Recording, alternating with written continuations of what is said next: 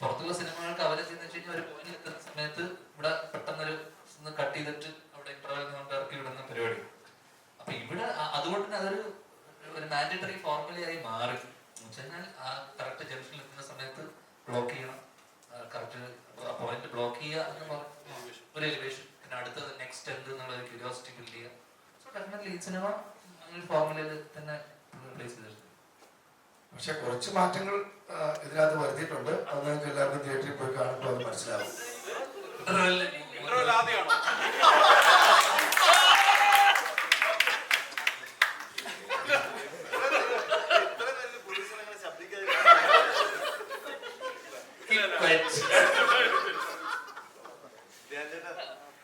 ഇപ്പൊ ഒരു വർഷം ഏറ്റവും കൂടുതൽ സിനിമ ചെയ്യുന്ന നായക നടന്മാരിൽ ഇപ്പൊ ധ്യാനേട്ടനാണ് ഏറ്റവും മുന്നിൽ നിൽക്കുന്നത്. അപ്പൊ ആ ഒരു പട്ടം ഉണ്ടല്ലോ,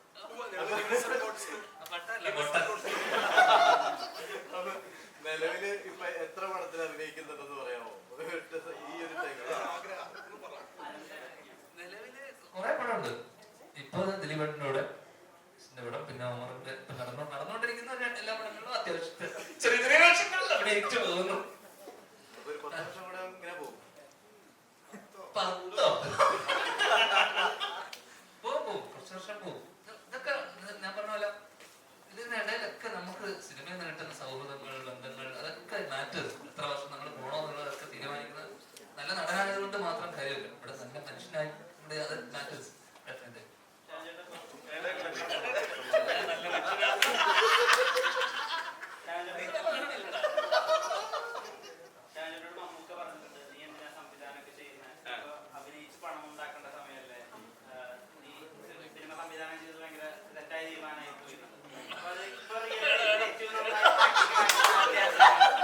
അതിപ്പോ ചോദിക്കാനുള്ള കാര്യം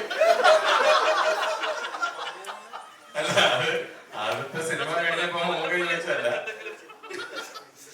രണ്ടാമത് ഇനിയും സിനിമകൾ ചെയ്യാൻ ഡയറക്ഷൻ പ്ലാനിങ് ഉണ്ടോ എന്ന് ചോദിച്ചപ്പോ ഞാൻ ഉണ്ടിക്ക എന്ന് പറഞ്ഞപ്പോ എന്നോട് പറഞ്ഞത് ഇപ്പം ഉടനെ ഒന്നും അങ്ങനെ പോട്ടെ. കാര്യം അറിയാലോ, സിനിമ ഡയറക്ട് ചെയ്യാന്ന് പറഞ്ഞാൽ 5-6 മാസം നമ്മൾ അതിന്റെ ഒപ്പം നിൽക്കണം.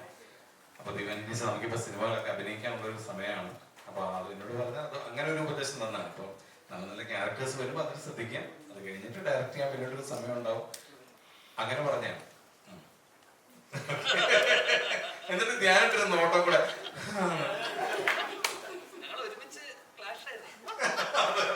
അതെ അതെ, ഒരു ഓണത്തിലാണ് ഞങ്ങൾ രണ്ടുപേരുടെ സിനിമകൾ വന്നത്.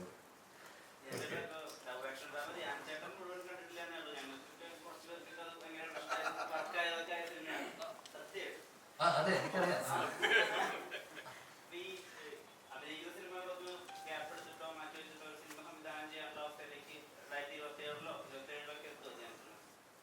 എത്തും. അടുത്ത വർഷം ചെറിയ ഗ്യാപ്പ് കിട്ടിയിട്ടുണ്ട്. അതിന് സംവിധാനം ചെയ്യാതെ മേടിച്ചിരിക്കുക.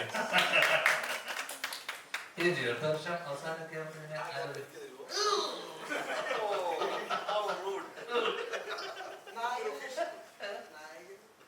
നായകൻ ഒരാൾ മനസ്സിലുണ്ട്.